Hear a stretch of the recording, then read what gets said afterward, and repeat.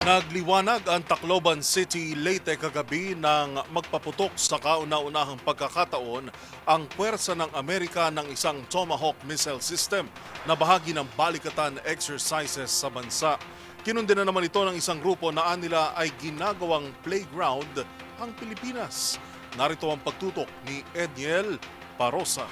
Sa unang pagkakataon mula ng dalhin ng armas noong 2024, pinaputok sa Pilipinas ang Typhoon Medium Range Capability o MRC missile system ng Amerika. Kinumpirma ni Balikatan 2026 spokesperson Colonel Dennis Hernandez na ginamit ito bilang bahagi ng wargame sa Tacloban City, Leyte, alas 12:12 ng hating gabi nitong Martes, Mayo 5. Habang nakapwesto sa Tacloban Airport, nag-launch ang mga sundalo ng isang Tomahawk missile at tumama sa Laur, Nueva Ecija, bantang alauna ng madaling araw. Ito ang parehong uri ng Tomahawk na ipinambala ng US sa unang serye ng mga missile attack nito sa Iran. Kinumdi na naman ng koalisyong makabayan ng missile launch at anilay paggamit ng US sa Pilipinas bilang playground. Bukod kasi sa civilian na paliparan ng Tacloban Airport, sakahan naman daw ang paligid ng Laur at maaaring nakabulabog umano sa mga residente.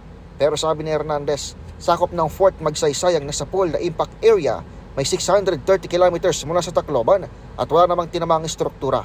Samantala, bumelta naman si Defense Secretary Gibo Teodoro sa mga umaalma sa pagpapaputok ng Tomahawk missile.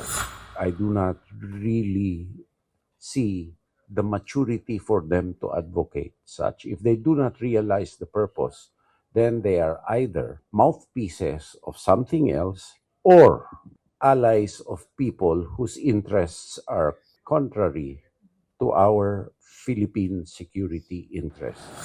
Pinagyang diin ng kalihim na bahagi ang pagkasanay ng deterrence o tangkang pagsupil sa mga banta sa exclusive economic zone ng bansa. Para sa MBC TV Network News, ako si Edniel Parosa, Razor H. Una sa Pilipinas, una sa Pilipino.